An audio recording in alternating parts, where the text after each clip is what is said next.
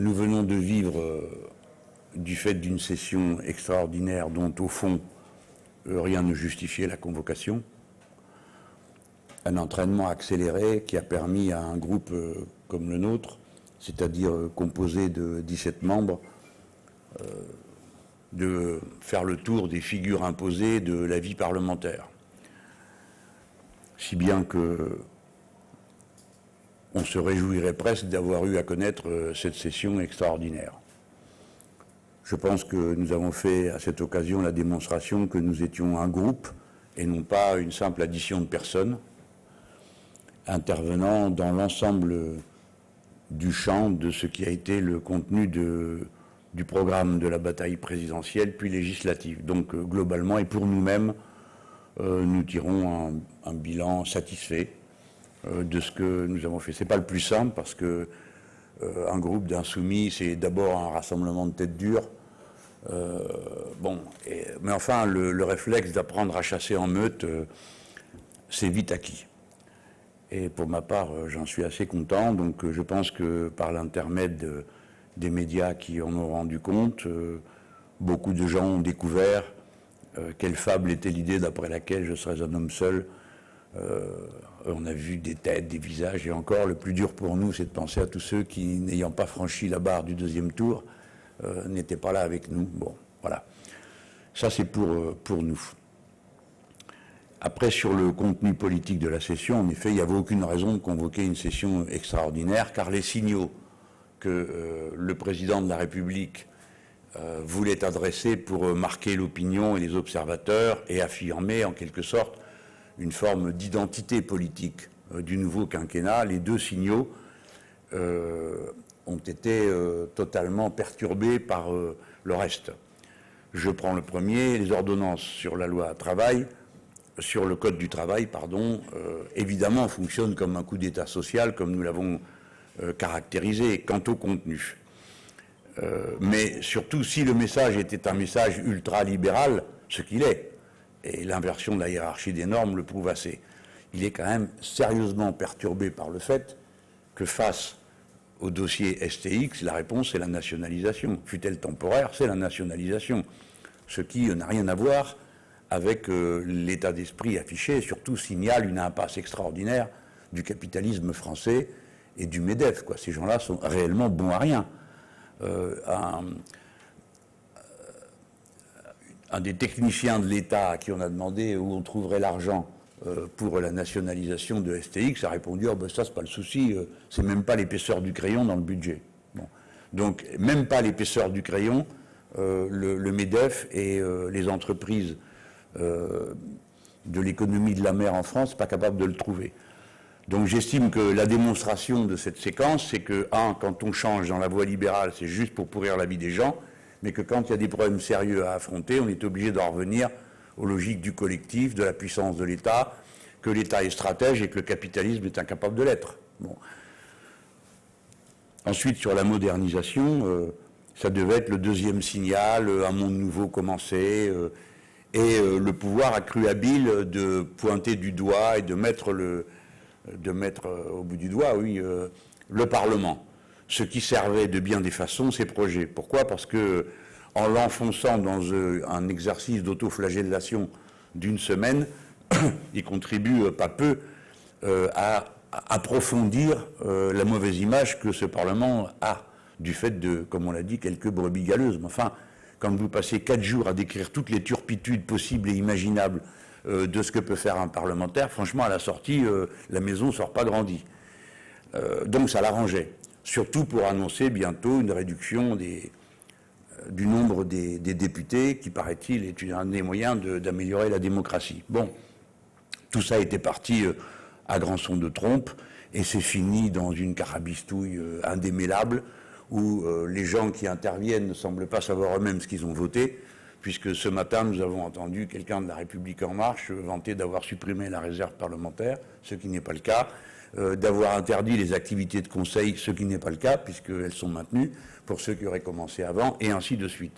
C'est-à-dire que sur les principaux marqueurs, on est, dans le meilleur des cas, dans de la demi-mesure, et pour terminer, dans la plus vieille et la plus ancienne, la plus constante et la plus ringarde des traditions, tout ce qui posait un problème un peu plus compliqué que la moyenne a été renvoyé à une étude d'une commission qui aurait à délibérer, blablabla et tout ça. C'est-à-dire a disparu du circuit. Donc les deux signaux sont brouillés par le mode d'emploi. Et par-dessus le tout, l'attitude personnelle du chef de l'État, l'autoritarisme que tout d'un coup il a affiché et auquel l'opinion n'était pas préparée, a eu deux résultats. D'abord que tout le monde s'en est rendu compte et qu'on ne sait plus si c'est Jupiter ou Pharaon qui nous dirige, mais surtout a propagé tout au long de la fragile organisation de En Marche, qui est une organisation très nouvelle, une espèce de manie du recours aux procédés autoritaires qu'on a pu voir, nous, dans cette salle, en se demandant ce qui leur prenait, parce que, bon, ils ont vécu comme d'une manière très paranoïaque tout ce qui s'est passé, qui est de la vie normale d'une assemblée. Ils ont pensé que c'était un combat pour tester les présidences et les vice-présidences. Ce n'était pas du tout le sujet. La vie parlementaire, c'est fait de ça. Il y a des incidents de séance, des polémiques, des fois des amendements à répétition. Alors j'ai entendu parler d'obstruction parlementaire, mais enfin les gens qui en parlent n'en ont jamais vécu, ne savent pas ce que c'est. Une obstruction parlementaire, c'est 4 000, 5 000, 6 000 amendements, on a déjà vu ça dans le passé. C'est pas les pauvres 120 amendements de la France insoumise sur l'ordonnance sur le Code du travail, ou les 300 qu'il y a eu au total sur la loi ordinaire et la loi organique, sur je sais plus quoi, là, la confiance dans la vie politique. Et puis, donc ils l'ont vécu, et cette façon de faire du chef de l'État, on a créé la mode. Donc à tout problème, ils pensent, eux, qu'ils vont régler la question en passant en force. Bon, ça a donné des incidents de séance à répétition qui auraient parfaitement pu être évités. Tous ceux qui ont regardé le déroulement des séances voient bien que c'était évitable. Beaucoup de gens ont mis en cause l'amateurisme de la République En Marche, pas nous. Nous, on pense que c'est normal que des gens qui ne sont pas élus, ils sont par la force des choses amateurs, et en République, il faut se faire à l'idée que ce sont des amateurs aussi qui sont élus, mais amateurs bénévoles, enfin, gens qui s'inscrivent dans l'action et apprennent. Donc nous, ce n'est pas le reproche qu'on fait. Certainement, le nombre si important de ce groupe, si peu préparé, facilite la propagation des incidents en son sein. Mais pour autant, ce n'est pas ça qu'on va leur reprocher. Ce qu'on va leur reprocher, c'est que éclate sous les yeux de tous que ce n'est pas une organisation politique cohérente, qu'il ne suffit pas d'avoir de la bonne volonté et de sauter en courant sur le thème de la modernisation et tout ça pour que ça fasse une ligne politique. Donc on a eu le sentiment que souvent le groupe La République En Marche s'administrait ou se faisait administrer des piqûres de ciment dont nous ensuite on faisait que constater les effets par des raidissements soudains et une agressivité parfois disproportionnée. Parce que c'est vrai que nous, quant au plan des idées, il peut arriver qu'on allonge les coups, que les formules soient mordantes, mais vous chercherez, nous n'avons pas fait de mise en cause des personnes, hein, il y avait quand même de quoi, on ne l'a jamais fait.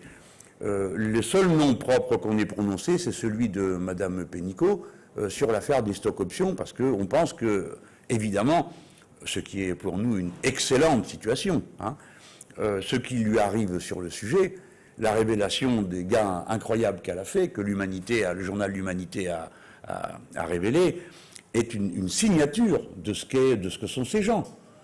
Et ça éclate en plein discours sur la moralisation et le reste, donc ils peuvent raconter maintenant ce qu'ils veulent. Aux yeux du grand public, la personne qui organise la refonte du Code du travail est une personne qui a gagné 1,3 million, simplement en donnant le mal de se lever un matin, et c'est tout.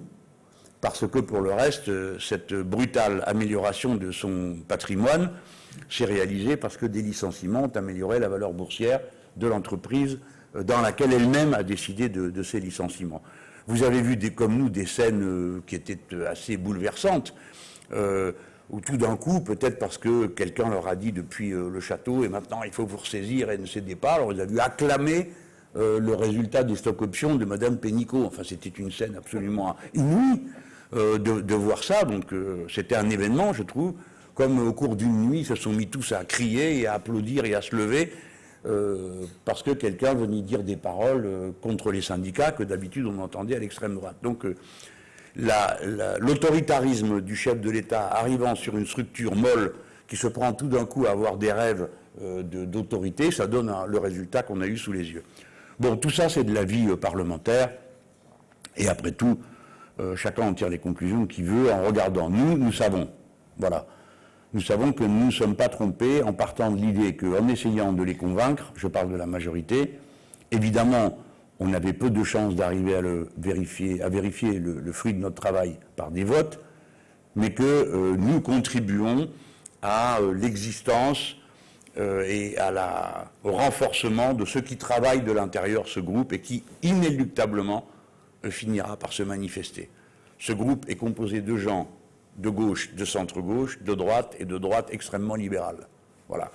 Et on peut tenir un mois à la faveur d'une session extraordinaire en faisant des piqûres de ciment dès la première quinzaine passée.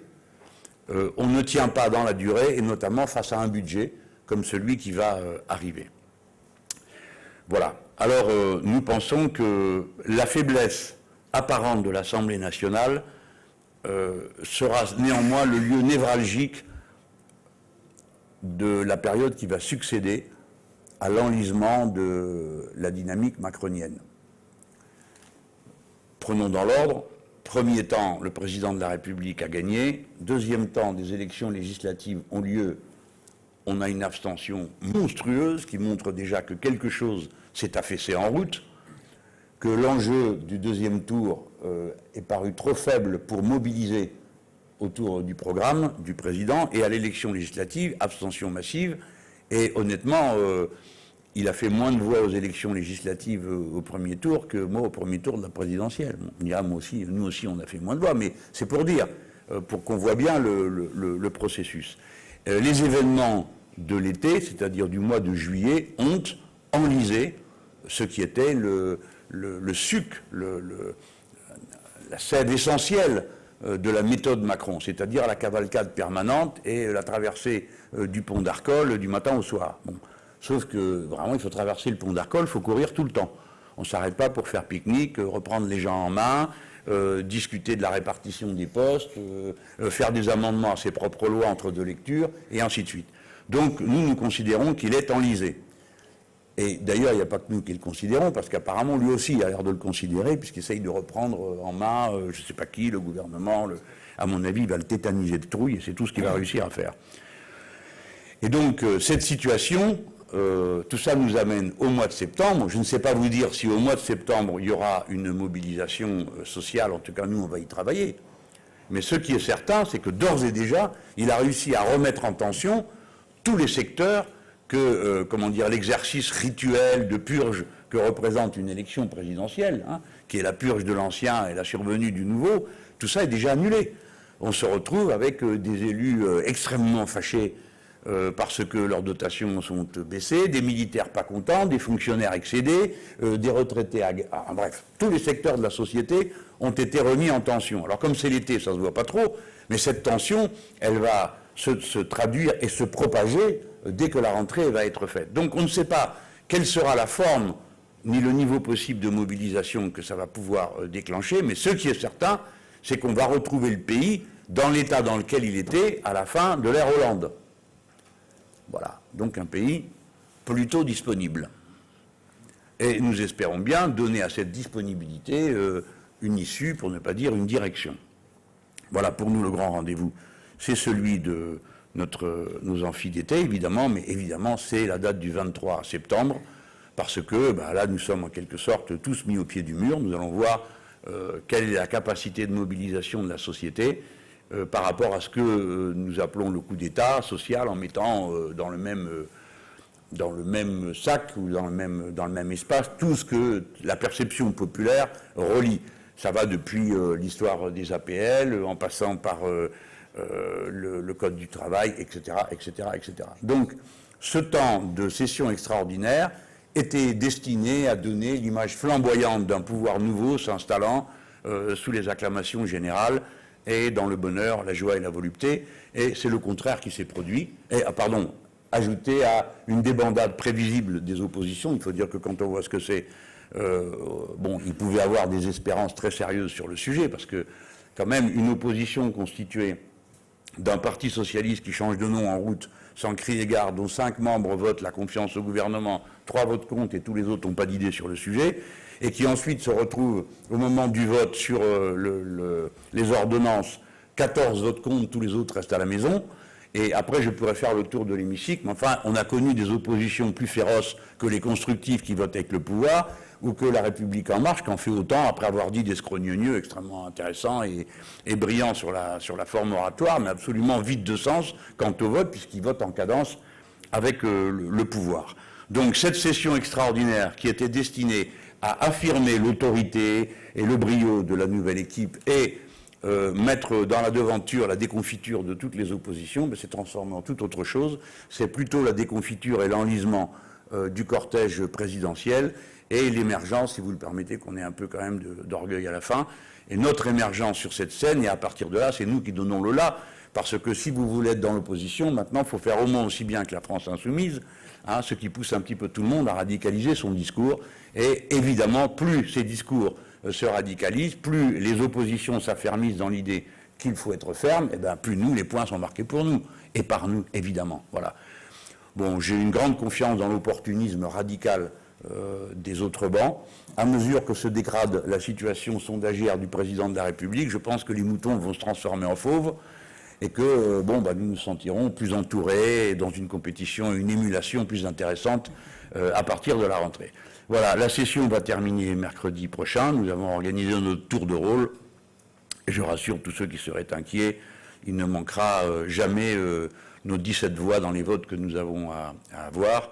Et évidemment, je serai présent tout le long, comme c'est mon devoir de président. Voilà, je le dis pour ça. Maintenant, il est vrai, je veux le redire, ce n'est pas faire de la politique d'une manière moderne que de se réunir pour voter à 3h30 du matin, dans des empoignades confuses, à côté desquelles les assemblées générales de l'UNEF sont plus claires, comme celles qu'on a pu connaître ce soir où nous sommes partis, fort heureusement plus tôt. Nous n'avons pas gagné 1 heure ou 2 de sommeil en vain, puisque quelques heures après, les autres s'en allaient, tout ça, c'est fini dans une cagade, pas possible. Bon, c'est pas des conditions normales, c'est pas moderne, c'est pas intelligent. Je rappelle, pour ceux qui ne le savent pas, mais moi j'ai de la mémoire, puisque j'ai les moyens d'en avoir, que la session permanente a été inventée pour arrêter de délibérer la nuit. Résultat, on délibère tout le temps, plus en session extraordinaire, et même la nuit.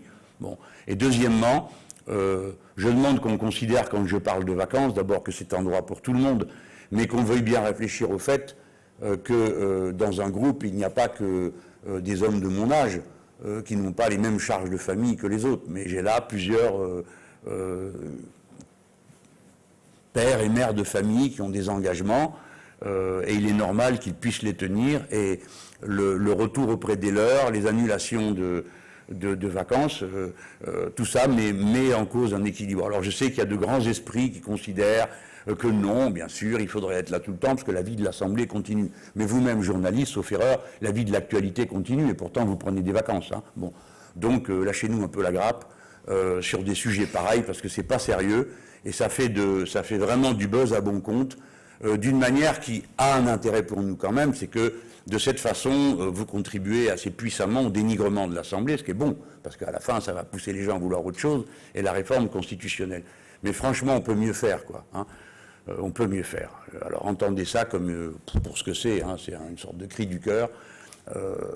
Voilà, je pense que chaque fois que je me suis exprimé sur le sujet, j'ai toujours rencontré l'assentiment des plus jeunes dans cette Assemblée, ou de tous ceux qui ont des enfants et des familles, et tout ça ne sert, si vous voulez bien regarder de près, à rien. Parce que quand même, nous nous sommes réunis pendant une semaine pour blablater sur la moralisation et tout ça. Hein. À la fin, on vote 3 machins et demi qui sont ni fait ni à faire. Et pour terminer, on découvre un matin en se levant que M. de Rugy, à lui tout seul, modifie la Constitution pour ce qui est du nombre des députés, change le régime de retraite, change le modèle d'indemnisation des élus, et il pense que ça va se passer comme ça. Et tout le monde a l'air de trouver ça normal. Non, ce n'est pas normal. Et tout ça, ce sont des signes qui montrent que si vite, ils sont déjà sortis de leur rail. Bon, voilà. Si quelqu'un... ah oui, toi, tu as ajouté sur le recours, vas-y. Bien, moi, je voulais ajouter une petite chose qui, donc, va être publiée aujourd'hui en termes de communiqué et déposée demain, qui est un recours au Conseil constitutionnel, puisque nous avons été à l'initiative de ce recours en contactant notamment les groupes qui avaient voté contre la loi, on va appeler ça la loi capitale et pas la loi travail, par ordonnance en tout cas, donc les députés de la Nouvelle Gauche et les députés du Parti communiste, plus vraisemblablement plusieurs non-inscrits, peut-être certains de nos de Corse.